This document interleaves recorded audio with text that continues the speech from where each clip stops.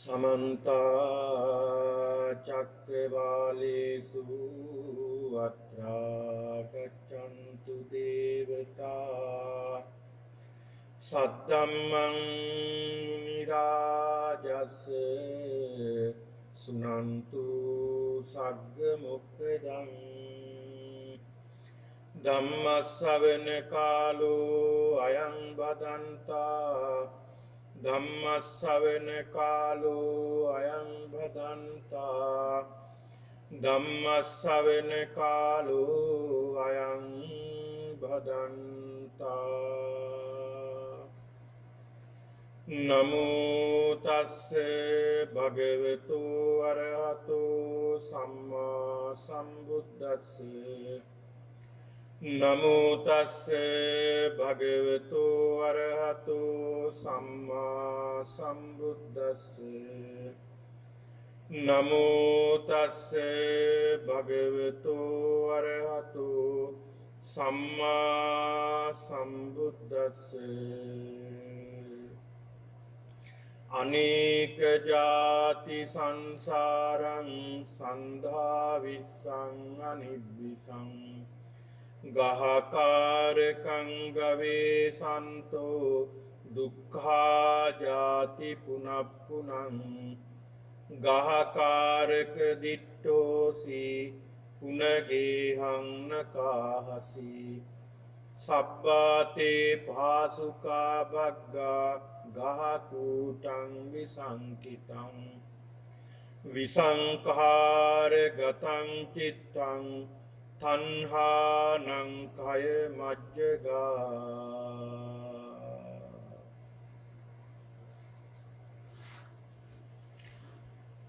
गौरवनीय ලොකු ස්වාමීන් වහන්සේගෙන් අවසරයි සත්පුරුෂ වාසනාවන්ත පින්වතුනි අද දිනේදී මේ බොහෝ පිරිසක් මේ විහාර මන්දිරයට එකතු වෙලා මේ සන්ධ්‍යා ගිලම්පස බුද්ධ වන්දනාව අවසන් කරමින් අනිත්‍ය ප්‍රතිසංයුක්ත පිරිත් දේශනාවක් ශ්‍රවණය කරමින් මේ සූදානම් වෙලා සිටින්නේ මේ මොහොතේදී ධර්ම ශ්‍රවණය කිරීමට අද මෙම පින්කමේ ආරමුණ විශේෂයෙන් මේ පින්කම සිදු කරනු ලබන්නේ විරාජ් මහත්මයා ත්‍යාගී මහත්මිය සහ ලියෝන් පුතා මේ පවුල විසින් තමයි මේ උතුම් පින්කම සිද්ධ කරනු ලබන්නේ අද මේ උතුම් පින්කම සිද්ධ කිරීම අරමුණු කරගත්ී තා වටිනා අරමුණක් තමයි ඉදිරිපත් කරගත්තේ ඒ තමයි ලංකාවේ පදිංචි පී.ජේ. රාජපක්ෂ මහත්මයාගේ ආදරණීය බිරිඳ ත්‍යාගී රාජපක්ෂ මහත්මියගේ ආදරණීය මෑණියන් වූද විරාජ් මහත්මයාගේ ආදරණීය නැන්දනිය වූද සහ ලියෝන් පුතුණුවන්ගේ දයාබර ආච්චි වූද කුසුම් රාජපක්ෂ මහත්මිය සෙනෙහබර මාතාව මීට තෙමසකට පෙර අභාව ප්‍රාප්ත වන්නට යෙදුණා. ඒ සෙනෙහබර මාතාව සිහි කරලා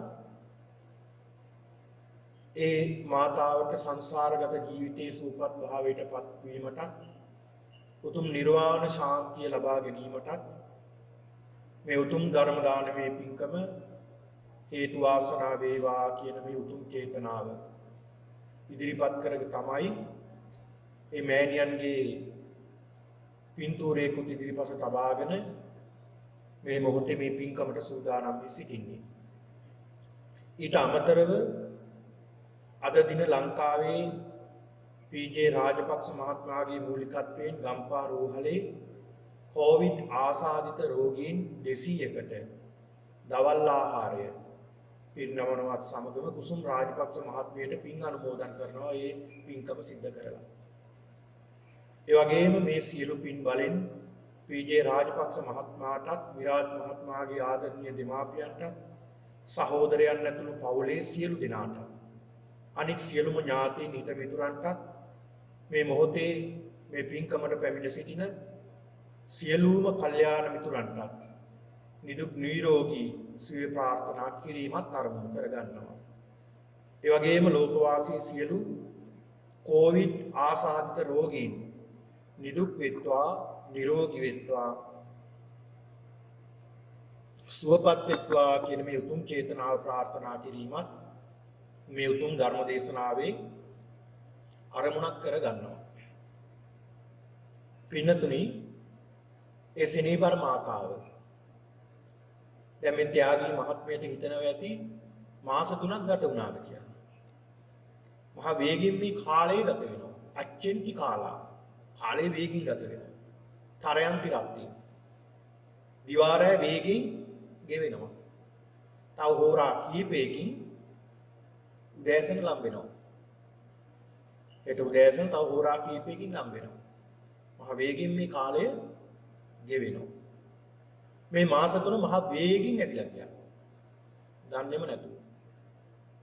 මේ පින්නතුන්ට හිතෙනවා ඇති මේ ත්‍යාගී මහත්මියට විරාජ් මහත්මයාට අනිකුත් පින්නතුන්ට හිතෙනවා ඇති මේ ඊයේ පෙරේදා මේ මෑණියෝ මිය ගියා වගේ තමයි තේරෙන්නේ. ඒ තරම් වේගින් මේ කාලය ගත වෙලා 3 මාසයක් ගත වුණා. ඉතින් මේ මාතාව සිහි කරලා ඒ මාතාවට පින්පෙත් අනුමෝදන් කිරීමයි ඒ මාතාවගේ එකම දියණිය වන මේ ත්‍යාගී මහත්මිය ඇතුළු මේ විරාජ් මහත්මයා ඇතුළු මේ පින්නතුන් මේ සූදානම් වෙලා තිබෙන්නේ. පින්නතුනි අම්මා කෙනෙක් කියන්නේ හරි පුදුම චරිතයක්. අම්මා කියන වචනය, අම්මා කියන චරිතය ඒ කියන්නේ පින්නතුනි අම්මා කියන චරිතයට අම්මා කියන ගුණයට ඒ ගුණේ කියන්න වචන නෑ අපිට කියනවා. තාත්තා කියන ගුණයත් එහෙමයි. අම්මා තාත්තා මේ දෙමව්පියෝ කියන දෙදෙනා හරියම පුදුම චරිතයක්. ඒ චරිත පිළිබඳව අපිට හරියට ඉස්මතු වෙලා එනවා මේ කාලෙදී. ඒ චරිත කොහොමද කියලා අඳුරගන්නේ කොහොමද? ඒ අම්මා කොහොමද අපි දකින්නේ? තාත්තා කොහොමද දකින්නේ? පින්නතුනි සිදුවෙන හැම සිදුවීමක් තුලින් අම්මා දකින්න පුළුවන් තාත්තා දකින්න පුළුවන්. හැම සිදුවීමකින්ම. දැන් ඔයත් දකින්නට ඇති ශ්‍රී ලංකාවේ ප්‍රවෘත්තිවලදී මේ දවසකට දෙකකට පෙර එක අම්මා කෙනෙක් ගෙනල්ලා දාලා පාරට. ඒ අම්මව පාරට ගෙනල්ලා දාලා දරුවෝ වෙන කවුරුවත් නෙමෙයි දරුවෝ ගෙනල්ලා දාලා තියෙනවා. ඒ අම්මට හරියට ඇවිද ගන්නවත් බැහැ. අසනීප වෙලා පාරට ගෙනල්ලා දාලා අර පේමන්ට් එකට වෙලා මේ අම්මා වාඩිලා ඉන්නව කන්න දෙයක්වත් නැතුව. ඒ අම්මලා කවදාවත් දරුවෝ පාවලා දෙන්නේ නැහැ. හැබැයි දරුවෝ ඒ අම්මලව තාත්තලා උස්සලා ගෙනල්ලා වයසට ගියාට පස්සේ පාරට දානවා. දැන් බලන්නකෝ මේ අම්මලා තාත්තලා කවදාවත් මට මේ අහවල් දරුවෝ තමයි මෙහෙම කළේ. අහවල් දරුවෝ තමයි මෙහෙම කළේ කියලා නමක්වත් සඳහන් කරන්නේ නැහැ සමහර. මොකද ඒ දරුවන්ට කරදරයක් කළයි කියලා. ඉතින් මේ චරිත වලින් අපිට දකින්න පුළුවන් මේ අම්මා කියන්නේ මොන තරම් වටිනා චරිතයක්ද. ඒ අම්මගේ හදවතේ තියෙන මෙත්තා, මෛත්‍රිය කවුරු කෙරෙහිද? දරුවෝ කෙරෙහි. කාගේ දරුවෝද? ඒ අම්මගේම තාත්තගේම දරුවෝ කෙරෙහි. මෙත්තා ඊළඟට කරුණා කාරුණික ගුණයක් තියෙනවා අම්මගේ හදවතේ තාත්තගේ හදවතේ මේ දරුවෝ කෙරෙහි. කාගේ දරුවෝද? තමන්ගේම දරුවෝ. මුදිතා මදහත් භාවයක් තියෙනවා මේ දෙමාපියන්ගේ හදවතේ. උපේක්ෂා ගුණයක් මේ කියන මෙත්තා කරුණා මුදිතා උපේක්ෂා කියන බ්‍රහ්ම විහරණ හතරම අම්මගේ තාත්තගේ හදවතේ තියෙනවා. ඒක ඒ ಗುಣ හතරම තියෙන්නේ කවුරු වෙනුවෙන්ද? වෙන කවුරු වෙනවත් නෙවෙයි, තමන්ගේ දරුවෝ වෙනුවෙන්. වෙන කාගවත් දරුවෝ වෙනුවෙන් නෙවෙයි. අන්න ඒක නිසායි බුදුහාමුදුරුවෝ පෙන්නලා දුන්නේ ඒ අම්මා තාත්තා කියන්නේ මොන බුදුන්ද? gedara බුදුන්. වෙන කොහෙවත් බුදුන් නෙමෙයි, gedara බුදුන්.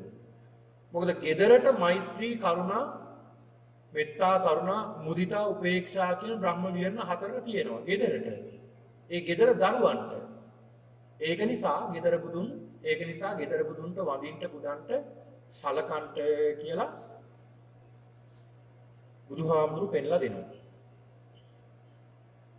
අම්මට තාත්තට සලකන්න කියලා. පින්නතුනි සාමාන්‍යයෙන් භික්ෂුන් වහන්සේ කෙනෙකුට ඇවතක් ඒ බුද්ධ කාලයේදී ඒ විදිහට තිබුණා. ඒ සියලු බැඳීම් වලින් අයින් වෙලා ඉන්නව දෙමාපිය පෝෂණය කරන්නත් බෑ. පස්සේ ඒක සිදුවීමක් හේතු කරගෙන. මොකද ඒ අම්මටයි තාත්තටයි හිටපු එකම දරුවා පැවිදි වුණා. අවුරුදු 12ක් පමණ වනාන්තරයේ වැඩ ඉඳලා උන්වහන්සේට මතක් වුණා අම්මා තාත්තා බලන්න යන්න ඕනේ කියලා. යනකොට බොහෝ සල්ලි තිබුණා. ඒ අම්මට තාත්තට බමුණෙක් බොහෝ ධනෙ තිබුණ කෙනෙක්. ඒ පවුල අර නෑදෑයෝ එකතු වෙලා අර අම්මගේ තාත්තගේ සියලු ධනෙ සූරාගෙන අරගෙන ඒ දෙමාපිය එළියට දැම්මා. එකම දරුවනේ. ඉතින් දරුවත් නෑ දැන් ඉතින් පාරේ හිඟා කරනවා. මේ ස්වාමින් වහන්සේ ඈත දුර පළාතක දවස් දෙක තුනක් පයින් වැඩම කරන්න උන්වහන්සේට තමන් ගම් පළාතට. අතරමඟදී අම්බලමක නවතුණා. මේ අම්මා තාත්තත් මෙතෙන්ට ඇවිල්ලා හිටියා. මේ අම්මා තාත්තා බොහෝ වයසයි. ඇස් පේන්නෙත් නැහැ. අර අම්බලමේ වැඩ හිටියේ ස්වාමින් වහන්සේ දැකලා සිවුරක් තියනව දැකලා ඒ සිවුරේ පාට දැකලා මේ අම්මා තාත්තා සඳහන් කරන අනේ මගේ පුතත් හිටියානම් මගේ පුතත් මේ වගේනේ කියලා මේ විදිහට කතා බහ කරන්න ගත්තා. උන්වහන්සේ කිව්වා කවුද? බලනකොට තමන්ගේ අම්මා තාත්තා දෙන්න. එහෙම මෙක්කලා ගිහිලා තමන්ගේ කුටිය ගාවම කුටියක් හදලා දීලා අම්මට තාත්තට සලකනවා. ඇඳුම් ටික සෝදලා දෙනවා. කෑම කවනවා, නහවනවා, බොනවා. මේ සියලු වතාවත් කරනවා. පින්ඩපාතේ වඩනකොට තමන්ගේ අම්මට තාත්තට එක්කලම ආහාර ගෙනල්ලා දෙනවා. සමහර අය මේක දැනගෙන ඔබ වහන්සේගේ අම්මයි තාත්තයි ඉන්නවනේ ඒ දෙන්නටත් එක්කලා වෙන්න පින්ඩපාතේ කියලා ආහාර වැඩිපුර උන්වහන්සේගේ පාත්‍රයට දෙනවා සකස් කරලා. සමහරු දොස් කියන්නත් පටන් ගත්තා. ඔය සමහරු ඉන්නෝනේ. ඉතින් මේක බුදුහාමුදුරන්ට ආරංචි වෙලා බුදුහාමුදුර ඇහුව ඇත්තද? සිදුවීම ඇත්ත. බුදුහාමුදුරු පින්නතුනි සාදුනාද දුන්නා අනුමත කළා. මගේ භික්ෂුවක් වෙන්න මෙහෙම තමයි වෙන්න ඕන. තමන්ගේ අම්මා තාත්තට සලකන්න ඕන. අම්මා කියන්නේ ගෙදර බුදුන්, තාත්තා කියන්නේ ගෙදර බුදුන්. ඒ නිසා අම්මා තාත්තට සලකන්න කියලා බුදුහාමුදුරු පෙන්නනවා. සමහර විට අම්මලා තාත්තලාගේ වැරදි ඇති නැතුව නෙමෙයි. දැන් සමහර පවුල්වල පින්නතුනි අපිට ඔය පැමිණිලි එනවා දෙමාපියන්ගෙන්ම අනේ මගේ දරුවා මේ වගේ මට හරියට ගහනවා මට බනිනවා මට මේ වගේ අඩන්තේට්ටම් කරනවා මේ විදිහට පැමිණිලිත් අපිට එනවා.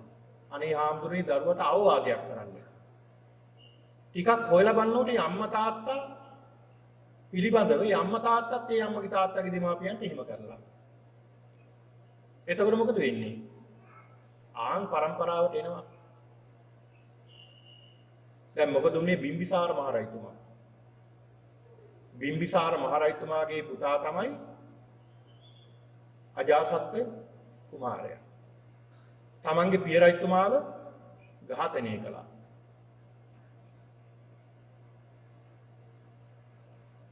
මේ අජාසත් කුමාරයා මේ රජතුමාගේ පුතා උදායිබත් එයා ඝාතනය කළා අජාසත්ව. මෙහෙම පරම්පරා 7ක් යනකම් ගියා මේ ඝාතනය පිතෘ ඝාතක පවුලක් බවට පත් වුණා. ඇයි? අරව දකින්න මේ දරුවෝ අම්මට තාත්තට සලකන්නේ කොහොමද තමන්ගේ දෙමාපියෝ ආන් ඒක තමයි තමන්ගේ දරුවෝ ගන්න ඊළඟට තමන්ගේ අම්මා තාත්තට සලකන්නේ අපේ ආච්චිට සියයට සලකපු විදිහට තමයි. ඕක මේ දරුවෝ හිතට ගන්නවා. ඊට පස්සේ දරුවෝ කල්පනා කරනවා හිටපන්කෝ මටත් දෙන්නම්කෝ වැඩි. අම්මා 100ට සැලකුවේ කොහොමද ආච්චිට සැලකුවේ කොහොමද? ඒ විදිහට මම නුඹලට සලකන්නම්. ඒක නිසා පින්නතුනි දෙමාපියෝ විශේෂයෙන්ම දෙමාපියෝ පුදුම සැලකිල්ලකින් මේ දරුවා හදන්න ඕනේ. විශේෂයෙන් මේ දරුවන්ට පේන්න මේ කරන පින්කම් මේ පුංචි පුතාට එහෙම පේන්න හරි වටිනවා. ඒතකොට මේ පුතාගේ හිතට මේව වැටෙනවා. දරුවන්ගේ හිතට වැටෙනවා. තමන්ගේ අම්මා තාත්තට සලකනවා මේ දරුවාගේ 100ට ආච්චිට සලකනවා දකින්නකොට මේ දෙමාපියෝ ඒ දරුවා හිතට කාවදිනවා මේක. මමත් මගේ අම්මා තාත්තා වෙනුවෙන් මේ දේවල් කරන්න ඕනේ කියන හැඟීමක් එනවා. ඒ හැඟීමත් එක්කලා තමයි මේ දරුවෝ පෝෂණය වෙන්නේ. අන්න ඒ දරුවෝ තමයි Tamanට සලකන්නේ. ඉතින් ඒක නිසා පින්නතුනි ඒ අම්මා කියන්නේ හරීම පුදුම චරිතයක්. ඒ චරිතය හරීම පුදුම චරිතයක්. ඔය සඳහන් කරනෝනේ ගෝකී කියන මේ කවිය සඳහන් කරනවානේ මේ ලෝකේ පවතින්නේ එක කාරණා දෙකක් නිසා. එකක් තමයි සූර්යාගේ රශ්මිය. අනික අම්මගේ උණුසුම. මේ දෙක නිසා තමයි මේ ලෝකේ පවතින්නේ කියලා.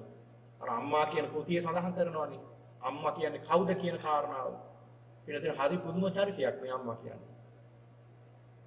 අම්මා වෙනුවෙන් දෑහැට කඳුලක් ඉනුවේ නැත්තම් ඒ දරුවෝ වැඩක් නැහැනේ.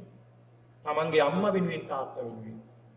ඒ තරම් අම්මගේ තාත්තගේ ගුණයක් තියෙනවා.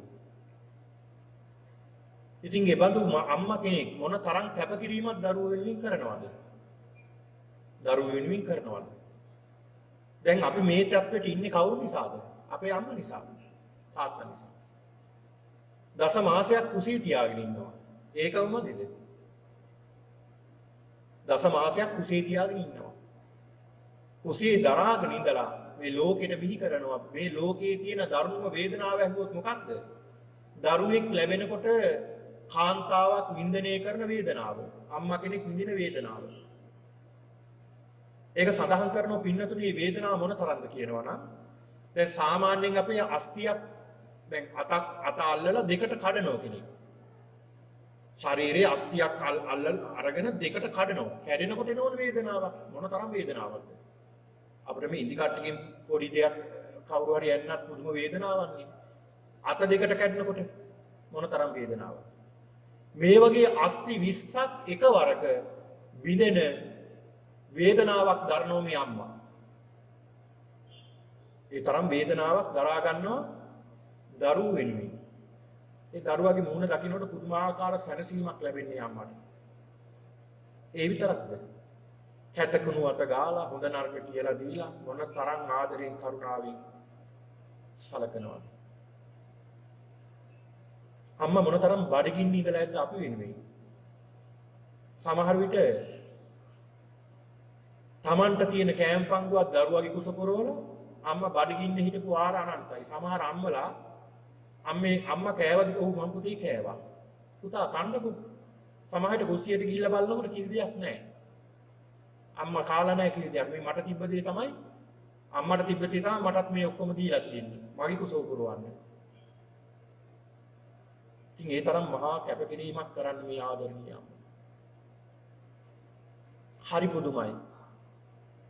පින්නතුනි එක කවියෙක් ලේඛකෙක් කවියෙක් සඳහන් එක කතාවක් මේක සත්‍ය කතාවක්. ඒ සත්‍ය කතාවක් පාදක කරගෙන ලියවුණු කවියක් මේ කවි පන්තියක්. ඒක සඳහන් වෙන්නේ මේ අම්මා කෙනෙක් ගැන. ඒකයි මම මේක මෙතන මම මේ පින්නතුන්ට මේ සඳහන් කරන්නේ පිළිබඳව. හරි ලස්සන කතාවක් මේක. ඒ කවියා ඒ කාලේ වෙනකොට කැලේ නිලධාරියෙක් විදිහට තමයි ක්‍රියා කරලා තියෙන්නේ. විමලරත්න කුමාරගම. ඔහු මේ කැලේ ඉන්න ගමන් යාළුවෝ එක්කලා ඒ ප්‍රදේශයේ දෙතුන් දෙනෙක් යාළුවෝ ඉන්නෝ යනවා දඩේමේ. තුවක්කු අරගෙන යනවා සත්තු දඩයක් කරන්න. ඒ කාලේ පින්නතුනි නියගයක් තිබුණ කාලයක්, වැස්ස නැති කාලයක්. වැව තියෙනවා, වැවේ වතුර බොහොම ස්වල්පයයි තියෙන හින්දා මුළු කැලේම ඉන්න සත්තු වෙනවා වතුර බොන්න. මොකද ජලේ නැහැ මේ සත්තුට පිපාසයි. දවල්ට එන්න විදියක් නැහැ, මිනිස්සු මරාගෙන කනවා. මිනිස්සුන්ගෙන් හානියක් වෙනවා ජීවිතවලට. ඒක නිසා දවල් කාලේ කොහොම හරි මේ සත්තු ඉවසගෙන රැයට මේ වැවට එනවා වතුර ටිකක් බොන්න. කුස පොරව ගන්න. දැන් මේ තුන් දෙනෙක් ඉන්නවා. මේ තුන් දෙනා ගිහිල්ලා එක්කෙනෙක් ගහක් උඩ ඉන්නවා. ඒ ගහ උඩ ඉන්න ගමන් බලනවා සත්තු කවුද ඉන්නේ කියලා. මොන සතාද එන්නේ. තව පුංචි පඳුරක් තියෙනවා. පඳුර ආස්සේ තුවක්කුව තියාන තව දෙන්නෙක් ඉන්නවා. වෙඩි තියන්න බලන්න. ආරයාගේ සංඥා වෙනකම්. සංඥාව ආපු ගමන් මෙතනින් වෙඩි තියනවා. මේ යාගේ අත්දැකීමක් මේ කියන්නේ මෙයා ගහ උඩ ඉඳගෙන සිදුවන සිදුවීමක්. දකින්නවා කළු පාට සතෙක් ඇදිනවා. වැවට වතුර බොන්න. වතුර බොන්න ඇදෙනකොට පින්නතුනි මෙයා සංඥාවක් දෙනවා ඔන්න එනවා සතෙක්. ලොකු සතෙක් එන්නේ. අඳුරේ හින්දා පේන්නේ නැහැ. හරියට මොන සතාද කියලා පේන්නේ. හැබැයි ලොකු සතෙක් එනවා. සංඥාව දුන්න ගමන් මෙයා වෙඩි තියන්න හදනවා. වෙඩි තියනවා. වෙඩි තියන්න හදනකොට මෙයා කෑ ගහලා කියනවා වෙඩි තියන්න එපා කියලා. එතකොටත් වෙඩි තියලා. මොකද එයා අඳුන ගන්නවා මේ වෙඩි තැබිය යුතු සතෙක් නෙමෙයි මේ. කියන කොටත්ම එයා වෙඩි තියලා සංඥාව දුන්නනේ. මේ වෙන කවුරුවත් නෙමෙයි මේ ඉන්නේ. වැලහින්නක්. තමන්ගේ පැටව් දෙතුන් දෙනෙක් ඉන්නවා. පැටව් දෙතුන් දෙනත් එක්කලා අර වැවට වතුර ටිකක් බොන්න මේ ඉන්නේ. අර මිනිස්සු නැති වෙලාවේ රාත්‍රියේ කරුවල වෙනකොට දේ දවල් කාලෙ නිවසේදී ඉඳලා හැන්දෑ වෙන වතුර ටික බොන්න. මේ සිදුවීම මේ කවියගේ හදවත පුදුම විදිහට කම්පා කරනවා. පුදුම විදිහට කම්පා කරන මේ සිදුවන සිදුවීම මෙයාට දවල් රැය නැතුව මේක මතක් වෙනවා. එයා මේ කවි අවසානට කියනවා පින්නතුනි ගොළුවන් කියන දේ වැටහෙන සවන් පෙති ගොළුවන් කියන දේ වැටහෙන සවන් පෙති මාසතු වෙන්න ඒ දවස සිට පටන් ගත්තා. දරුවන් දකින්න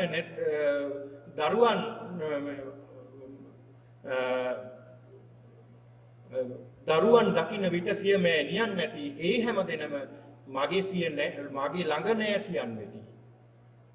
කියන්නේ ගොළුව කියන දේත් වැටහෙන්න එදා ඉඳලා පටන් ගත්තා කියනවා. ගොළුව කියන දේ වැටහෙන්න වටහා ගන්න අමාරුනේ. එදා ඉඳලා මේ කවිය සඳහන් කරනවා ගොළුව කියන දේත් මට වැටහෙන්න ගත්තා එදා ඉඳලා.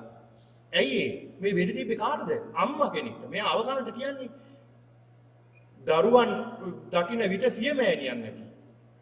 අම්මා නැති දරුවෝ දකින්නකොට ඒ හැම දුවනාම මගේ ළඟම ඥාතීන් කියලා මට දැන් දැනෙනවා කියලා සඳහන් කරනවා. බලන්න මේ අම්මා කෙනෙක් සතෙක් කියමු සතෙක් වුණත් දැන් සමහර මම දැක්ක සමහර සිදුවීම් තිබුණා සත්තු පිළිබඳව වීඩියෝ කරන දේවල් වල තමන්ගේ දරුවා මරාගන්න එනවා සත්තු. ඒ කොටි සිංහයෝ එනකොට තමන්ගේ දරුවා බේරලා යවලා තමන්ම ගුදුරුවටපත් වෙනවා මේ ඒ මුවා අම්මා තමන් ගුදුරුවටපත් වෙනවා අර දරුවට යන්න ඇරලා මුව පැටියට යනවා දිහා බලාගෙන ඉන්නවා මෙතන මේ සතාගේ මුවාගේ කෑලි කඩාගෙන කාලා කනකම් බලා ඉන්නවා අර දරුවෝ යනකම් බලා ඉන්න මොන සෙනහසක්ද ඒ අම්මා එයාට කියන්නේ ඉතින් ඒ තරම් කැපකිරීමක් මේ අම්මා කෙනෙක් කරනවා ඉතින් මේ මහත්මියක් කල්පනා කරගන්න ඕනේ මේ අම්මා කියන්නේ මොන තරම් පුදුම චරිතයක්ද. මේ අම්මා කෙනෙක් කොහොමද කියලා දැනගන්න අම්මා කෙනෙක් වෙන්න ඕන.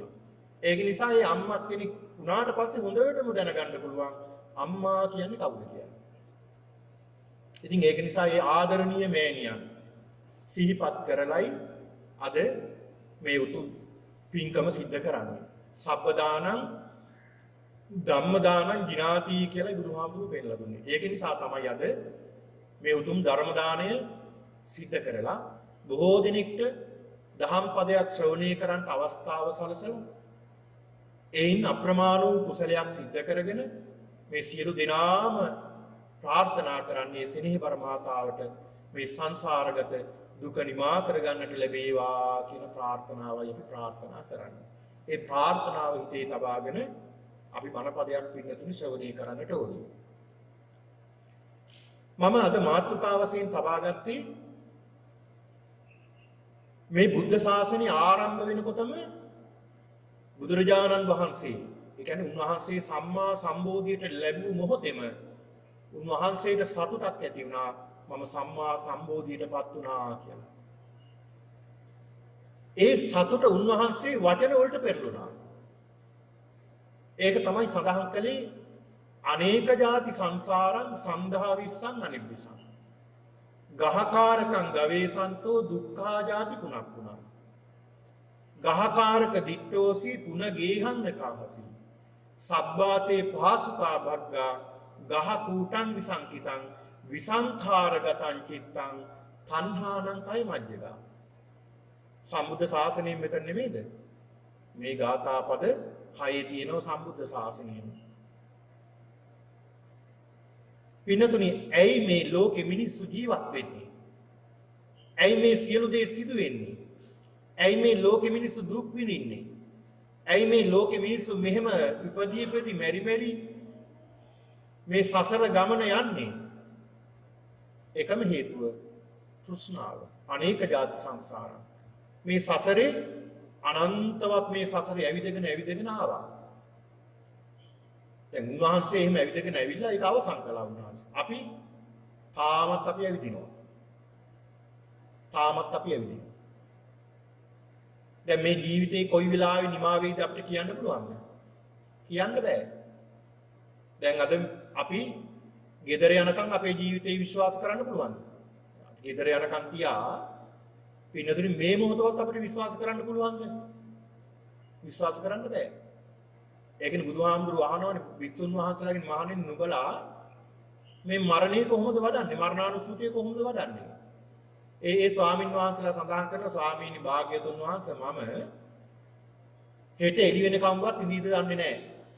මම එහෙමයි මගේ මේ මරණානුස්මෘතිය වඩන්නේ. තව ස්වාමින් වහන්සේ නමක් සඳහන් කරන ස්වාමීනි මම නිින්දට ගියාට පස්සේ මම මරණයටපත් වෙයිද දන්නේ නැහැ. තව ස්වාමින් වහන්සේ නමක් කියනවා එහෙම කියා උන්වහන්සේලා සඳහන් කළ එක ස්වාමින් වහන්සේ නමක් කියන ස්වාමීනි මම මේ මරණානුස්මෘතිය වඩන්නේ ස්වාමීනි මම ඉහළට ගත්ත හුස්ම පහළට හෙලන්න බැරි වෙන්න පුළුවන්.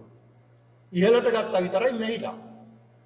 පහළට හෙලන්න අවස්ථාවක් ආවේ නැහැ. ඒ තරම් මොහොතකට මේ මරණය සිද්ධ වෙන්න බැයිද? සිද්ධ වෙන්න පුළුවන්. දැන් මේ කොවිඩ් වසංගතයත් එක්කලා ඉහළට ගන්නවා විතරයි සමහර අය. පහළට හෙලන්න බැරි වෙනවා. එහෙම මරණයටපත් වෙනවා. දෙඩි අසාධ්‍ය තත්ත්වයටපත් වෙනවා. මොකද මේ රෝගේ බලපාන්නේම ශ්වසන පද්ධතියට. හුස්ම ගැනීමට තමයි අපහසු වෙන්නේ. දැන් මේ ලෝකයේ තියෙන මේ වසංගතය දිහා බලනකොට අපේ මරණානුස්මෘතිය හැබැයි මං හිතන්නේ බොහෝ දෙනෙක් මේකෙන් පාඩම් කරගන්නවා. බොහෝ දෙනෙක් මේ වගේ මරණය කියන්නේ මොකක්ද ජීවිතය කියන්නේ මොකක්ද කියලා ඉගෙන ගන්න හොඳ අවස්ථාවක් ලැබිලා තියෙනවා. ඒ හින්දා හොඳට සිහි කරගන්න ඕනේ. මේ මරණය කොයි මොහොතේ කොයි ආකාරයෙන් අපි ගාවට ඉඳ දන්නේ නැහැ. අපි හිතන්න ඕනේ ඇයි අපිට මේ ජරා මරණය උරුම වෙන්නේ? ඇයි අපිට මේ ජරා මරණය අපිට උරුම වෙන්නේ? මේ අපිට ජරා මරණය උරුම වෙන එකම හේතුව තමයි අපි ගාව තියෙනව මොනවද? තණ්හාව. මේ වගේ තව තියෙන කොටස් ප්‍රභේද. බොහෝ ප්‍රභේද බුදුහාමුදුරු පෙන්ලා දීලා තියෙන මේ එකම තණ්හාවේ තෘෂ්ණාවේ. මේවා නිසා තමයි අපි මේ ලෝකේට ඇලෙන්නේ. ලෝකෙට ඇලෙන්නේ ඒකයි. ඒකනේ කියන්නේ ලෞකික ලෝක එක ලෞකික. එක කියන ප්‍රත්‍යයේ තේරුම තමයි ඊටම අයත් කියන එක. ඒතර ලෝක එක ලෝකේටම අයත් ලෞකික. ඒක මේකෙම ඇලෙන්නයි අපි කල්පනාව. මේකෙම ඇලි ඉන්නයි අපි කල්පනාව. මේකෙන් ගැලවෙන්න කවදාවත් හිතනවද? බොහෝ අඩුයිනේ. බොහොම අඩුයි මේකෙන් ගැලවෙන්න හිතනවා. හිතාගෙන ඉන්නේ මේක මේ සුරපුරයක් කියලා. අපි මේ ඇවිල්ලා තියෙන తాවකාලික ගමනක්. ඒකනේ අනේක ජාති සංසාරං සංදා විස්සං අනිබ්බිසං. ගහකාරකම් ගවේසන්ත මේ ගයක් හදාගෙන තියෙන්නේ අපිනේ. පිටුතුනේ මේ ගයක් අපි හදාගෙන තියෙන මේ ගේ අපේ. ඒ ගෙදර තියෙනවා ඇස් දෙකක් තියෙනවා, කන් දෙකක් තියෙනවා, නාසයක් තියෙනවා, කටක් දිවක් තියෙනවා, හිසක් තියෙනවා, අතපය තියෙනවා, ශාරීරික අංග ප්‍රත්‍යංග හදාගෙන තියෙනවා. මේ හදාගෙන තියෙන ගයක් මේ. මේ ගේ తాවකාලිකනේ. මේක මේ తాවකාලික ගයක්. ඒ తాවකාලික නිසානේ ඇස් පේන්නේ නැතුව යන්නේ, කන් ඇහෙන්නේ නැතුව යන්නේ, ඔය ලස්සන කොණ්ඩේ ටික ගැලවිලා යන්නේ. කළු පාට කොණ්ඩේ සුදු වෙන්නේ, සුදු ඒවා පැලෙන්නේ ඊට පස්සේ. ලස්සන හැම රැලි වැටෙන්නේ. නේද? මේ සියල්ල සිද්ධ වෙන්නේ මොකක් නිසාද? ඒකයි හේතුව. මේ తాවකාලික ගයක් මේ අපි හදාන්නේ. හරියට පින්නතුනි බටලි ටිකක් එකතු කරලා මැටි ගහලා වගේ. එහෙම කිව්වට තේරෙන්නේ නැහැ නේද? දැන් අපි මෙහෙම ගෙවල් දැකලා නැහැ නේ කටු මැටි ගෙවල් බොහෝ දුරට. දැන් ඔය ඇත්තන්ගේ හැමෝගෙම වාහන තියෙනෝනේ. ওই වාහනේ පිට කවර් සියල්ලම ගලවලා බලන්නකෝ. ඇතුලේ මොනවද තියෙන්නේ කියලා. ඇතුලේ තියෙන්නේ එන්ජිම ඔය වගේ දේවල් තමයි දාලා තියෙන්නේ ඇතුලේ. ඒවා කවරේ ගලවලා බලපුවාම කැතයි නේ. ඒක නිසා තමයි කවර් කරලා තියෙන්නේ වටේට. ආන් ඒ වගේ තමයි අපිත් ඇතුලින් දාලා පිටින් ලස්සනට කවරයක් දාලා තියෙනවා. අපි හිතන්නේ මේක හරිය ලස්සනයි. හරිය පැහැපත්. ඒක නිසා අපි මේකට ඇලෙනවා. ඒ ඇලෙන නිසා අපි මේක ගලව ගන්න බැරුව යනවා ඇලෙන නිසා. ඒක නිසා පින්නතුනේ මේ තෘෂ්ණාව, තණ්හාව නිසා තමයි මේ ලෝකයේ මිනිස්සුන්ට මේ වගේ ජරා මරණයක් උරුම වෙන්නේ. ඒක හොඳට තේරුම් ගන්න ඕනේ. ඒක තේරුම් ගන්න 84000ක් ධර්මස්කන්ධ දැනගන්න ඕනේ නැහැ. ත්‍රිපිටකයේම කටපාඩම් කරන්න අවශ්‍ය නැහැ. මේ පුංචි කරුණ දැනගත්තා නම් ධර්මය අවබෝධ වෙනවා. පුංචි කරුණ අවබෝධ කරගත්තා නම් ධර්මය අවබෝධ වෙනවා. ඒක නිසා පින්නතුනි බුදුහාමුදුරු පෙන්නලා දෙන මෙන්න මේ කාරණාව අවබෝධ කරගන්න. මේ අපේ ජීවිතයේ ස්වરૂපය මොකක්ද මේ? ආර්ය පරිණේෂණයක් කරන්න මොකක්ද මේක කියලා. මේ తాවකාලිකව හදාගන්න ගේ තමයි අපි ජීවත් වෙන්නේ. මේක ටික දිරනවා. වයසට යනවා, ලෙඩ වෙනවා, ආබාධ ඇති වෙනවා. දැන් බලන්න මේ ලෝකේ ඔය ඇත්ත දන්න කාලේ ඉඳලා මේ වෙනකම් මැරිච්ච අය ඉන්නවනේ. ඒ අයගේ නාම ලේඛනයක් අරගෙන බලන්න ඒ අය කිසිම කෙනෙක් බලන්න හේතුවක් නැතුව මැරලා තියෙනවද කියලා. නෑ. මැරෙන්න මොනවා හරි හේතුවක් නැද්ද? මොනවා හරි හේතුවක් තියෙනවා. අනේකයි බුදුහාමුදුරු දේශනා කළේ හේතු ප්‍රත්‍යක් නැතුව කිසි දෙයක් සිද්ධ වෙන්නේ නැහැ. හේතු ප්‍රත්‍ය නැති එකම දේ තමයි නිවන. අනිත් සියලුම දේට හේතුවක් ප්‍රත්‍යක් තියෙනවා. හේතුඵලයක් සම්බන්ධයක් තියෙනවා. ඒතර මරණයටත් හේතුවක් තියෙනවා. සමහර අය මෙරිලා හැබැයි මොකක්ද හේතුව කියලා හොයාගන්න බෑ. මාස ගාණක් ගිහිලා ගොඩ ගන්නත් අර මිනිහ. මුත ශරීරයේ ගොඩ අරගෙන පරීක්ෂණ කරනවා. කෑලි කොටස් අරගෙන මොකක්ද හේතුව මැරිච්ච? මොකක්ද හේතුව මැරිච්ච? සමහර රෝග නිසා. එතකොට අපිට මරණයටපත් වෙන්න යම් කිසි හේතුවක් එනවා. ඒ හේතුවක් නිසා තමයි අපි කාටවත් මරණයටපත් වෙන්නේ. සිද්ධ වෙන්නේ. එතකොට ඇයි මේ මිනිස්සු මේ මරණය වෙනුවෙන් මේ කෙටි කාලයක් ජීවත් වීම වෙනුවෙන් මේ තරම් අකුසල් කරන්නේ? මේ තරම් නරක දේවල් කරන්නේ? මේ තරම් තණ්හාව ආසාව පොදි බඳින්නේ? පින්නතුනේ පොදි බැඳීම. දැන් බුදුහාමුදුරු පෙන්නලා දෙනවනේ බුදුහාමුදුරු දේශනා කරනවා පින්නතුනි පේමතෝ ජායති සෝකෝ පේමතෝ ජායති භයං පේමතෝ විප්පමුත්තස්ස නත්ති සෝකෝ කුතෝ භයං පේමතෝ ප්‍රේමේ නිසා මොකද වෙන්නේ ජායති සෝකෝ ප්‍රේමේ නිසා සෝකයක් වෙන්නේ නැද්ද දැන් මේ ත්‍යාගී මහත්මියට දුක නැද්ද දුකයි ඇයි දුක බැඳීමක් තිබ්බනේ නේ කාටද මේ බැඳීම තිබ්බේ දැන් එක්කෙනෙක් තමයි මේ අම්මා ඒක නිසා හරි දුකයි අඬනවා දුක් වෙනවා අම්මා මතක් වෙනකොට ඇයි ඒ හේතුව තමයි අපිට ප්‍රේමයක් තිබුණා ආදරයක් තිබුණා ආදරය කියන්නේ ප්‍රේමයක් තෘෂ්ණාවේ කොටසක් තමයි ආදරය කියලා කියන්නේ ඒතර මේ බැඳීමක් තිබ්බ නිසා තමයි අපි අඬන්නේ මේක තමයි ස්වરૂපේ මේ ලෝකයේ ස්වરૂපේ බැඳීම් තියෙන නිසා අපි අඬනවා බැඳීම් එකක් තිබුණොත් එකපාරක් අඬනවා දෙකක් තිබ්බොත් දෙපාරක් අඬනවා තුනක් තිබ්බොත් තුන් පාරක් අඬනවා බැඳීම් 100ක් තිබ්බොත් 100 පාරක්ම අඬන්න වෙනවා ඒකයි බුදුහාමුදුරු පෙන්නලා දුන්නේ මෙන්න මේක තේරුම් ගන්න. මෙන්න මේක තමයි සිද්ධ වෙන ක්‍රියාවලිය. මේ බැඳීම් ඇති වෙනවා බැඳීම් ඇතිවීම නිසා සසර ගමන ඇති වෙනවා. ඒ බැඳීම් නිසා තමයි මේ සසර ගමන තියෙන්නේ. බැඳීම් නිසා තමයි අපිට මේ උපාදානය කරගත්ත නිසා තමයි මේ පංච උපාදානස්කන්ධය පවතින්නේ. ඒක නිසා තමයි මේ ලෝකේ පවතින්නේ. මෙතනින් ලෝකය කියලා සඳහන් කළේ භෞතික ලෝකය නෙමෙයි සංස්කාර ලෝකය. ඒ කියන්නේ මේ පංචස්කන්ධ ලෝකය. බුදුහාමුදුරුවෝ දේශනා කළේ මේ ලෝකය කියලා මේ ලෝකය. මේක තමයි ලෝකය. ඒකනේ දෙවි කෙනෙක් ඇවිල්ලා අහන්නේ බුදුහාමුදුරුවන්ගෙන් ස්වාමීනි ලෝකේ කොහෙද පිහිටලා තියෙන්නේ කියනකොට බුදුහාමුදුරුවෝ උත්තර දෙනවා දුක්ඛේ ලෝකෝපතිත්ථිතෝ දුක මතයි මේ ලෝකේ පිහිටලා තියෙන්නේ කියලා. ඒතර අපි පිහිටලා තියෙන්නේ කොහෙද දුක මත. මේ දුක තමයි හැම දෙයකටම ප්‍රධාන වෙන්නේ. ඉතින් ඒක නිසා පින්නතුන් මිනිස්සුන්ගේ ඇයි මේ තෘෂ්ණාව තණ්හාව මිනිස්සුන්ගේ නරක ආකල්ප වැඩි වෙන්නේ. ඒව මැත්තේම දුවන හින්දානේ.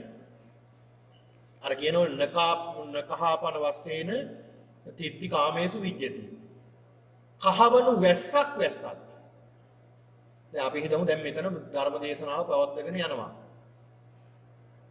දැන් එළිය වහිනවා කහවණු රත්තරන් කහවණු වහින්නේ. කවුරු හරි කෙනෙක් හිමීට ඇවිල්ලා කියනවා මේ රත්තරන් කහවණු වන්න එළිය වහිනවා කියලා මොකද වෙන්නේ? කට්ටිය මෙතන ඉඳීද? ඒක ඉතින් වැහලම් බලන්න ඕනේ නේ. මොකද වෙන්නේ කියලා. දොරවල් ඉඩමදි. නේද? මිනිස්සුන්ට පින්නතුනි කහවණු වැස්සක් ඇති වෙනවද? තවත් මදිනේ. තවත් මදි. ඒක තමයි මිනිස්සුන්ගේ ස්වરૂපය හැටි. දැන් අර කතාවක් තියෙනවනේ බුදුහාමුදුරන් කාලේ එක සිටුවරයෙක් හිටියා. මේ සිටුවරයා සිටු දිනියයි. මහල් 7ක ප්‍රාසාදයක තමයි හිටියේ. බොහෝ සැප සම්පත්, බොහෝ ධනෙ තියෙන සිටුවරයෙක්. මේ දෙන්න මෙහෙම ඉන්නවා. හැබැයි සිටුවරයා තමන්ගේ ව්‍යාපාර වලට ගියාම දවස් 2-3 එන්නේ නැහැ. සමහරවල් රෑ 12 1 වෙනකන් එන්නේ නැහැ. ව්‍යාපාර හැමදාම මේ ව්‍යාපාර කටයුතු හරීම මෙයාට කාර්ය බහුලයි. සමහර දින සතිය දෙක විතරට එන්නේ නැහැ. මේ සිටු දෙවියකින් බලාගෙන ඉන්නවා එනකන්. අනේ මෙහෙම මිනිස්සෙක් කසාද බැන්දට තමයි ගෙදර මට නම් එපා වෙලා තින් දැන් මේ සිටු දියණිය දැන් කල්පනා කර ඉන්නවා. කිසිම සතුටක් නැහැ. කිසිම සැනසීමක් නැහැ. ඒ මේ ස්වාමියා ගෙදර නැහැ සිටුවරයා. දැන් ඉතින් උඩ තට්ටුවට වෙලා 7 වෙනි මහලේ සඳල් තලයට වෙලා ඉතින් දැන් රාත්‍රියේ කල්පනා කර ඉන්නවා බොහොම කලකිරීමෙන්. ඉන්නකොට පේනවා පින්නතුනි අර පේමන්ට් එකේ හිඟන ජෝඩුවක්. ඒ කියන්නේ සිඟා යදින සිඟන්නෙකුයි සිඟන්නියෙකුයි. ඉන්න තැනක් තියනවාද මේ හිඟන්නන්ට මේ මෙයාලට ඉන්න තැනක් නැහැ. කන්න දෙයක්වත් නැහැ. කවුරු හරි දුන්නොත් මිසක්. මුළු දවසේම හිඟා කාලා කීයක් හරි හොයාගෙන හොඳ බත් එකක් අරන් කෑම එකක් අරන් ඇවිල්ලා අර දෙන්න බෙදාන බොහෝම හොඳට කාලා. අර හිඟන්නගේ ඔඩොක්කු හිඟන්නේ පෙල්ලි පෙම්බස් දොඩමින් බොහෝම සතුටින් කාලය ගත කරනවා රාත්‍රියේ. මේක දකින්නෝ දැන් මේ සිටු දියණිය උඩු මහලින් ඉඳලා.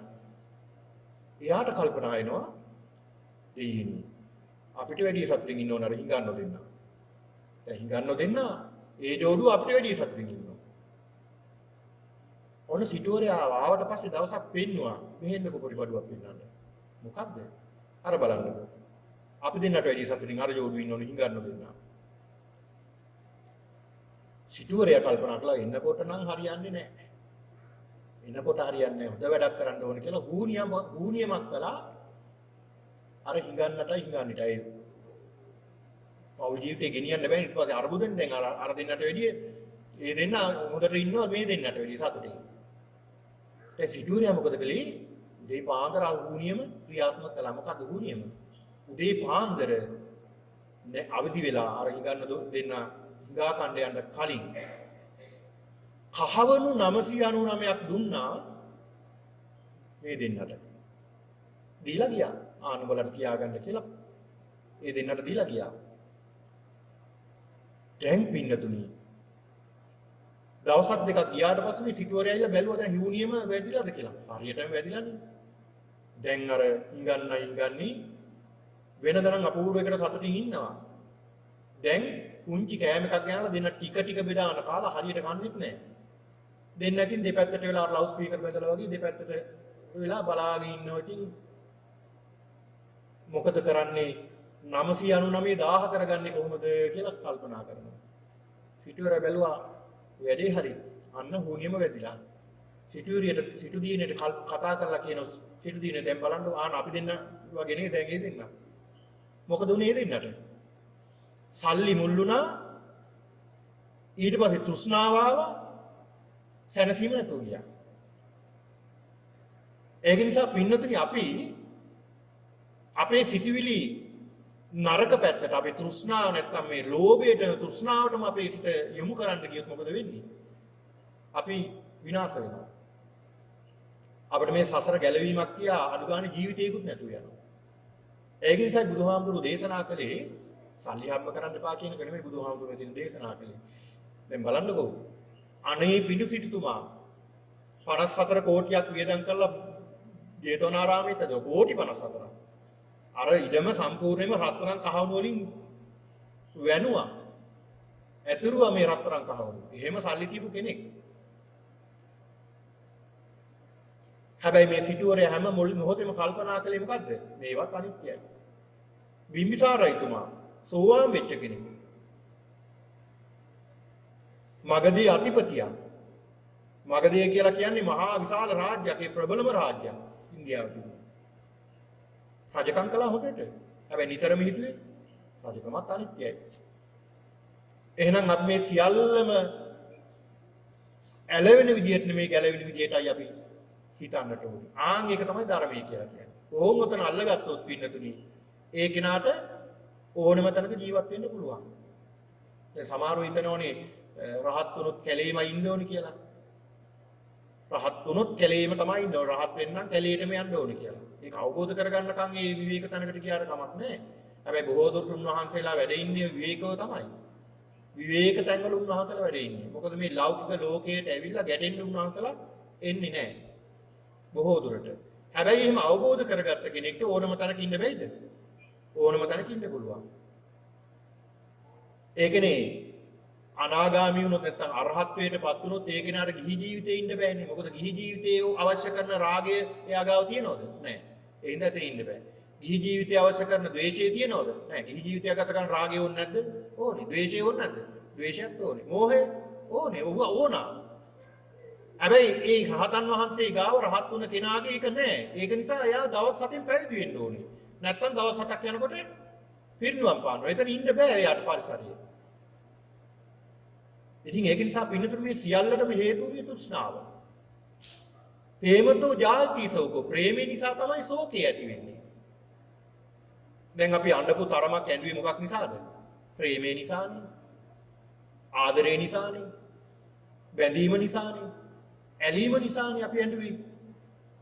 අපි මොන තරම් අඬලැද්ද අඬපු හැම මොහොතක්ම හිතලා බලන්න මොකක් නිසාද ඇඬුවේ කියලා. ඔය ඇත්තන්ගෙම හිතට එවිලා බලන්න. ආන් එතකොට තමන්ගේ හිත අවබෝධ කරගන්න පුළුවන් වෙනවා. කරන්න ඕනේ තමන්ගේ හිතට ඒ විකම් කරලා බලන්න මොකක්ද මේ කියලා. එතකොට තමන්ට තමන්ව අවබෝධ කරගන්න පුළුවන් වෙනවා. පින්නතුනේ එතකොට තමන්ගේ හිතේ තියෙනවා මේ චේතනා තියෙනවා, තෘෂ්ණාව තියෙනවා, රාගය තියෙනවා, ද්වේෂය තියෙනවා, මෝහය තියෙනවා. මේ නරක චේතනා තියෙනවා. හැබැයි මේ චේතනාම දියුණු කරගෙන යන්න අපි උත්සාහ කරොත් අපේ සසර ගැලවීමක් තියෙනවද? නෑ, ගැලවීමක් නෑ. ඇලීම විතරයි, ගැලවීමක් නෑ. එහෙනම් මේ සසරේ නැවත උපදී ලෙඩ වෙවි, මෙරි ජරාවටපත් වෙමින් දුක් විඳිමින් කටයුතු කරන්න සිද්ධ වෙනවා. අන්න ඒක නිසා තමයි සිහියෙන් මේ කය ගැනින්න කියලා බුදුහාමුදුරු දේශනා කළේ. දැන් මේ ශරීරයේ තියෙන දුකම විතරනේ. සැපක් කියලා දෙයක් දැන් අපි හිතනවා සැපයි කියලා. ඒකත් මුලාවක් නේ. తాවකාලිකව සැපක් ලැබුණාට ඒකත් දුකක්ම විතරයි. දැන් ඔය ඇත්තෝ මේ වාඩි වෙලා හිටියට දැන් පැයක් එකමාරක් ඉන්නකොට හරි අමාරුයි. කකුල් දික් කරනවා, කකුල් නමනවා. ඊට පස්සේ වටේ පිටේ බලනවා හේතු වෙන්නවත් නැක් තියනවද කියලා. කලින්ම හේතු වුණා නම් මේ මුකුත් නැහැ දැන් ඉතින් ගිහිල්ලා හේතු වෙන්නද කියලා හිතනවා. ආමුදුරෝ තව බන කියනවා ඔක ඉවර කරන්නේ නැද්ද කියලා හිතනවා. ඇයි මොකද? දුක නිසා. දුක නැද්ද? දුකයි. ඇයි දුක? එකම ඉරියව්වෙන් හිටපු හින්දා. ඒකට ඔයාලා කලින් හිතුවේ නැද්ද? නෑ කලින් හිතුවේ නෑ. ඇයි කලින් හිතුවේ නැත්තේ? කලින් හිතුවේ සැපයි කියලානේ. ඒකනේ මෙට් එකකුත් අරගෙන ඉඳගත්තේ. දැන් ඒ ඉඳගත්ත මෙට්ටෙන් මොකක් වෙලා තියෙනවද? ඒකම දුකක් වෙලා. ඔයත් මේ කාරණෙම හිතන්න බැයිද අපිට හැම ක්‍රියාවකින්ම මේක තමයි තියෙන්නේ කියලා හැම ක්‍රියාවකම. අපි හැමදේම ගන්නෙ කොහොමද? සැපක් කියලා. හැබැයි මේ සැප දුකක් කියලා අවබෝධ වෙන්න ටිකක් වෙලා යනවා. ටික වෙලාවක් යනකොට තේරෙනවා ඒක දුකක්. ඒ දුක නැති කරගන්න මොකද කරන්නේ අපි? දැන් ඉඳගෙන හිටපු එක දුකයි. ඉඳගෙන හිටපු එක ඒ දුක නැති කරගන්න අපි මොකද කරන්නේ? හිට ගන්නවා. දැන් ඉඳගත් එකේ දුක තියෙනවද? නෑ. දැන් ඉඳගත් එකේ දුක දැන් ඉවරයි. දැන් මොකේ දුක තියෙන්නේ? දැන් හිටගත් එකේ දුක. ඒක දැනෙන්නේ පටන් ගන්න කොහොමද? ටික වෙලාවක් ඉන්නකොට.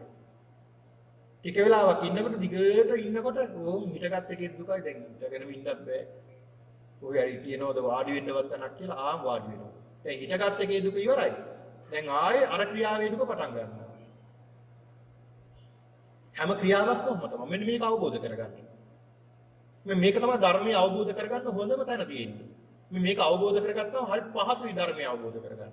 මහා ලොකු දේවල් අවබෝධ කරගන්න අපිට අවශ්‍ය නැහැ. මේක තමයි අවබෝධ කරගන්න කියලා බුදුහාමුදුරුවෝ පෙන්නලා දුන්නේ. මේ තමන්ගේ හිත කොහොමද මේ ක්‍රියාත්මක වෙන්නේ කියලා බුදුහාමුදුරුවෝ පෙන්නලා දුන්නේ. බලන්න හැම දෙයකම ඕකනේ තියෙන්නේ. එතකොට මේ හැම ක්‍රියාවකම මේ දුක. මේ දුකක් කියලා අපි දැනගන්න ඕනේ. ඒ දැනගත්ත දුක අවබෝධ කරගන්න ඕනේ. ඒ අවබෝධ කර ගැනීමම දුකෙන් මිදීමට කාරණාවක් වෙනවා. දුකෙන් මිදීමට කාරණාවක් වෙනවා. ඉතින් දුකෙන් මිදෙන්න නම් ඉස්සලා දුකක් කියලා අවබෝධ කරගන්න එපා. එහෙම අවබෝධ කරගන්නවත් බැරි ප්‍රඥාවක් නැත්නම් ඒ කෙනාට නිවන් දකින්න පුළුවන්ද? බෑ පින්නතුනි. ඒ කෙනාට නිවන් දකින්න බෑ. අන්න ඒකයි බුදුහාමුදුරුවෝ පෙන්ලා දුන්නේ මේක අවබෝධ කරගන්න. මේ හැම ක්‍රියාවක්ම හැම දෙයක්ම දුකක් පමණයි. ඒකයි මේ මනුස්ස ලෝකේ තියෙන වටිනාකම මේක අවබෝධ කරගන්න, පහද ගන්න, මේක පාද ගන්න අපිට පුළුවන් ප්‍රඥාවක් ලැබිලා තියෙනවා. ඒක පාද ගන්න එක හෝ නොගන්න එක ඔය ඇත්තන්ගේ කාර්යයක් නෙවෙයි. අපේ කාර්යයක් නෙවෙයි. බුදුහාමුදුරන් කාර්යයක් නෙවෙයිනේ. ඒක දවසක් බුදුහාමුදුරන්ට ඇවිල්ලා එක බ්‍රාහ්මණයෙක් බමුණෙක් සඳහන් කරන බුදුහාමුදුරනේ ඔබ වහන්සේ ඔච්චර බණ කියනවා. ඉතින් කොච්චර බණ කිව්වත් මිනිස්සු නරක වැඩමනේ කරන්නේ. කියලා බුදුහාමුදුරන්ට ඇවිල්ලා චෝදනාවක් කරනවා. ඔබ වහන්සේ බණ කියනවා හැබැයි මිනිස්සු කරන්නේම නරක වැඩ. මෙතනින් ජේතවනාරාමයෙන් බණ අහලා එළියට ගිහලා ගල් ගහනවා. එහෙම දෙයක් කරන්නේ. කොච්චර බණ ඇහුවත් බොහෝ මිනිස්සු හොඳ අය නෙමෙයි නරක දේවල්මයි කරන්නේ. බුදුහාමුදුරු ලස්සන කතාවක් කියලා දෙනවා මේ බමුණට. සඳහන් කරනවා බමුණ යම් කිසි කෙනෙක් ඇවිල්ලා නුඹෙන් අහනවා මගතේට යන පාර කොහෙද කියලා. නුඹ මොකද කියන්නේ? ස්වාමීනි මම කියනවා මේ අහවල් තැනින් පාර තියෙනවා මෙහෙන් අහවල් තැනින් ගිහිල්ලා මෙතන තියෙන තුම්මන් අන්දයක් එකකින් වමට ඇහැරිලා තත් දිගටම ගියාම මෙහෙම නගරයක් තියෙනවා මේ නගරෙන් මේ මාර්ගෙ ගිහිල්ලා මේ විදිහට ගිහිල්ලා මෙතන තියෙනවා ඔන්න ඔකට හම්බ වෙනවා මගදේ හම්බ වෙනවා. ඔබ යන්න මගදේට. එහෙම තමයි මාර්ගය කියලා දෙනවා. බුදුහාමුදුරනේ එතකොට ඔබ එහෙම කියලා දුන්න මාර්ගය යන්න නැතුව එයා මගදේට නැතුව කෝසලයට ගියොත් ඔබ මොකද කරන්නේ? ස්වාමීනි මට කරන්න දෙයක් නැහැ නේද? මගෙන් ඇහුවේ යන මාර්ගය මම කියලා දුන්නා. අන්න ඒක තමයි බමුණ සඳහන් කළේ. බුදුහාමුදුරු දේශනා කරනවා. යන මාර්ගය මම කියලා දෙනවා. හැබැයි යන නොයන එක යාගේ කාර්යයක්. අස්සයව අපිට එක්කලා යන්න පුළුවන් විලගාවට වතුර බොනවද නොබොනවද කියන කාර්යය තීරණය කරන්නේ අස්සය නෙමෙයිද? ඒක නිසා අපිමයි පින්නතුනේ අවබෝධ කරගන්න ඕනේ. Taman තුලින් දකින්න මේවා. වෙනත් තැනක මේක නෑ. මේ ධර්මයේ Taman තුලම තියෙන්නේ. Taman තුලම තමයි දුක තියෙන්නේ. දුක ඇති වෙන්න හේතුව හැදිලා තියෙන්නේ. දුක නැති කරන්න පුළුවන්කම තියෙන්නේ තමා තුළමයි. ඊළඟට මේ දුක නැති කිරීමේ මාර්ගය තියෙන්නේ තමන් තුළම. වෙනත් කෙනෙක් ගාව නැහැ. තමන් තුළමයි. එහෙනම් තමන් තුලින් තමන්ම දකින්න. තමා තුලින්. ඒකයි බුදුහාමුදුරු පෙන්නලා දුන්නේ. ඒ නිසා ඔබේ දුක ඔබ දැක්කොත් ඔබට දුක නිවා ගන්න ලේසි නැද්ද? හරි ලේසි. ඒක දකින්න ඕනේ කවුද? ඔබමයි දකින්න ඕනේ. ඔබේ දුක දකින්න ඕනේ ඔබමයි. ඇයි අපි මේ අඬන්නේ? ඇයි දුක් වෙන්නේ? ඇයි ශෝක වෙන්නේ? අඬන්නේ හේතුව දුක් වෙන්නේ ශෝක වෙන්නේ හේතුව තමයි ඇතුලේ මගේ තියෙනවා බැඳීමක්. ඇයි මම බැඳිලා ඉන්නේ මේ? මම බැඳිලා ඉන්නේ මේ තෘෂ්ණාව නිසා, ආශාව නිසා. ඒක නිසා තමයි මම මේ අඬන්නේ. ඒක අවබෝධ කරගත්තාම අපිට දුක තුනී කරගන්න බොහෝම පහසුවක් වෙනවා ඒක. බොහෝම පහසුවක් වෙනවා. ඒක නිසා පින්නතුනි අපි අවබෝධ කරගන්න ඕනේ අපේ අය මැරෙනවා. අපි මැරෙනවා. මේ ලෝකෙන් අපි හැමෝටම සමුගන්න සිද්ධ වෙනවා. එහෙනම් මේක ස්වභාවයක්. මේක ස්වභාවයක්. දැන් කෙනෙක් මිය ගියාට පස්සේ අඬනකොට එයාට නැවත ජීවිතය ලැබෙනවා නම් අපි ඔක්කොම එකතු වෙලා අඬනවනේ. ලැබෙනවද? නෑ. එහෙනම් මේක ස්වභාවයක්. මේක ලෝක ස්වභාව ධර්මයක් මේක. මේ ලෝක ස්වභාව ධර්මය අපි අවබෝධ කරගන්න. අන්න ධම්මානුපස්සනාව. ධර්මය අවබෝධ කරගන්න. මේ ධර්මතාවක් මේක. මේ ලෝකේ ධර්මතාව තමයි අනිත්‍යතාවය. ඒ කියන්නේ දෙයක් බොහෝ කල් පවතින්නේ නැහැ. ස්ථිර නැහැ කියන එක. වෙනස් වෙනවා කියන එක. ඒතර මේ ලෝකේ ස්වභාවය තමයි වෙනස් වෙන ස්වභාවය.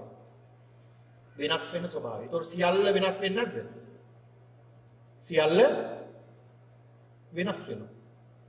සියල්ල වෙනස් වෙනවා. සියල්ලම වෙනස් වෙනෝනේ. නිවන විතරයි වෙනස් වෙන්නේ. සියල්ල වෙනස් වෙනවා. ඒ සියල්ල වෙනස් වෙන්නේ මොකක්ද හේතුව? මෙන්න මේ කාරණාව නිසා. අනිත්‍ය, දුක. ඒ වෙනස් වෙන නිසා අපිට දැනෙනවා දුකක්. මොකද ස්ථිර නැහැනේ, අස්ථිරයිනේ. අපි හිතනවා මේක ස්ථිරයි කියලා. හැබැයි ඒක වෙනස් වෙනවා. වෙනස් වෙන නිසා අපි හිතාගෙන හිටියා ස්ථිරයි කියලා, වෙනස් වෙන්නේ නැහැ කියලා. ඒක වෙනස් වුණා. වෙනස් වෙනකොට අන්න දුකක් ඇති වෙනවනේ. දුකක් ඇති වෙනවා. ඒ දුක ඇති වෙනකොටම ඇති වෙනවා ආත්ම ස්වභාවයක්. අනේ මම මගේ කියලා අපි අල්ලගෙන හිටියා. අන්න ඒක නිසා දුක ඇති වෙනවා.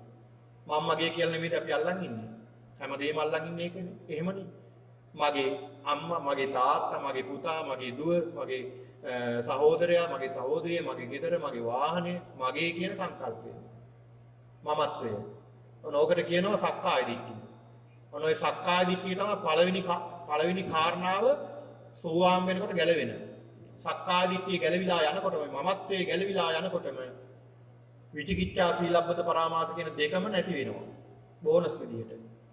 ඒ කියන්නේ මේ සක්කාය දිට්ඨියේ ප්‍රබලකම කොච්චරද කියනවනේ මේක තමයි අමාරු ගලව ගන්න. සක්කාය දිට්ඨිය ගැලවිලා යනකොටම විචිකිච්ඡා සැකයක් නැති වෙනවා. සීලබ්බත පරාමාසයක් නැති වෙනවා. එතකොට මේ තමා තුළ තියෙන මේ මමත්වය තමයි දුරු කරගන්න ඕනේ. තමා තුළ තියෙන මමත්වය. ඒක නිසා පින්නතුනි මේ මමත්වය අඩු කරගන්න නම් මේ ඊර්ෂ්‍යාව කියන එක අපි ටික ටික අපි තුලින් වරදි වෙනවනේ. අපේ ප්‍රත්‍යඥ ස්වභාවයනේ මේක.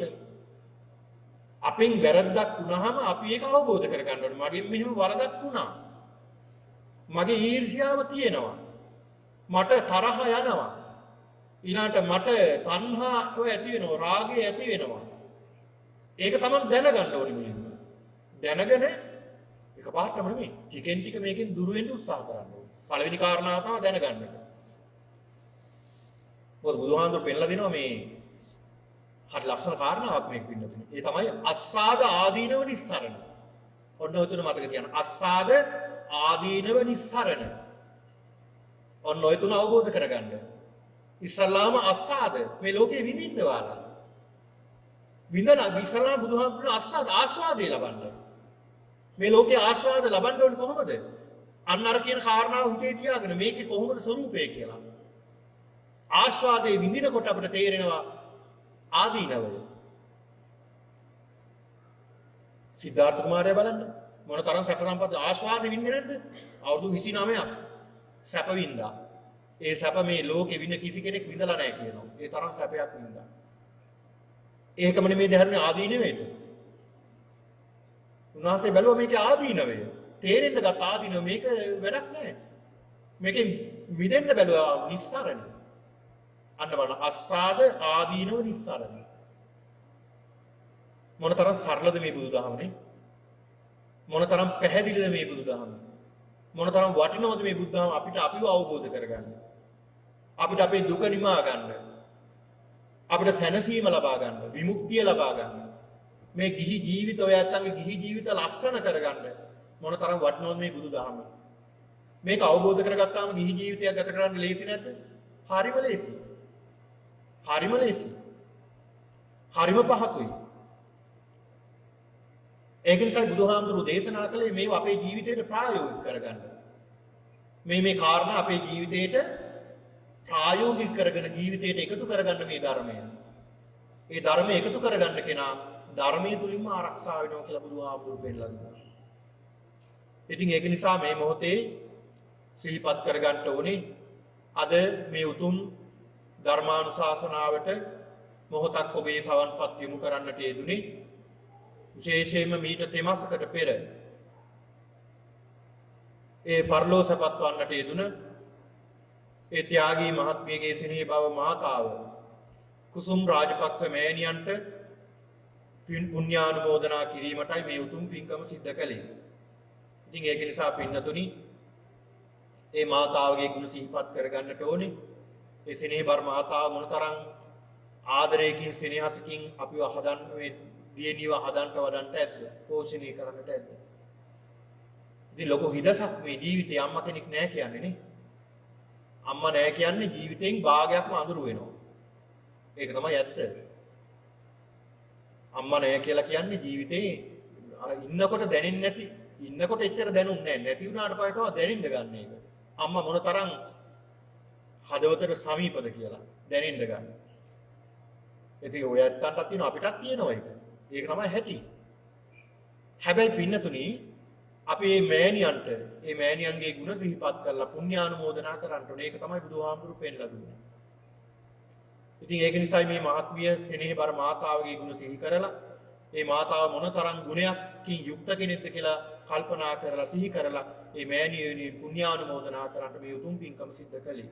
ඒක නිසා අපි ප්‍රාර්ථනා කරමු අද දින මේ විහාරස්ථානට එකතු වෙලා මේ සියලු දෙනාම එකතු පාදා වෙලා මේ ධර්ම ශ්‍රවණය කිරීමෙන් මේ උතුම් පින්කම් මාලාව සිද්ධ කිරීමෙන් මේ සිද්ධ කරගත්තා වූ සියලු කුසලානුභාව බලයෙන් මීට දෙමසකට පෙර පරලෝසක් වන්නට යෙදුන ඒ කුසුම් රාජපක්ෂනේ වර මාතාවට මේ උතුම් පින්කම අනුමෝදන් කරමු. අනුමෝදන් වේවා. අනුමෝදන් වීමෙන් මේ මෑණියන් දුකින් අත මිදී උතුම් අජරාමර සංඛ්‍යාත නිවනින් සැනසීමට මේ පින්කම හේතු වාසනා වේවා කියලා සාදු කියලා ප්‍රාර්ථනා කරගෙන ඒ ඇතුළු මියගිය සියලු ඥාතීන් සිහිපත් කරගෙන මේ දෙපාර්ශවයේම විරාජ් මහත්මයාගේ ත්‍යාගී මහත්මියගේ මේ සම්බන්ධ වී සිටින මේ සියලු දෙනාගේ නමින් මියගිය සියලුම ඥාතීන් සිහි කරගෙන පුණ්‍යානුමෝදනා කරමු. පුණ්‍යානුමෝදනා වේවා. සියලු ඥාතීන් දුකින් අත මිදී උතුම් නිවනින් සැනසෙත්වා කියලා ප්‍රාර්ථනා කරගන්න.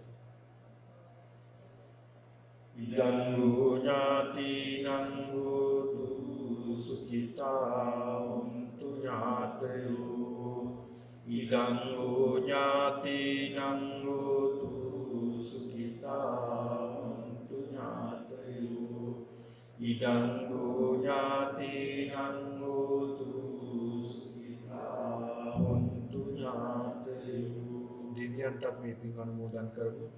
දෙවියන්ටත් අනුමෝදන් වේවා. දෙවියොත්පතන බෝධියකින් උතුම් අමා මහ නිවනින් සැනසෙත්වා කියලා ප්‍රාර්ථනා කරන දෙවියන්ටත් පින් අනුමෝදන් කරමු.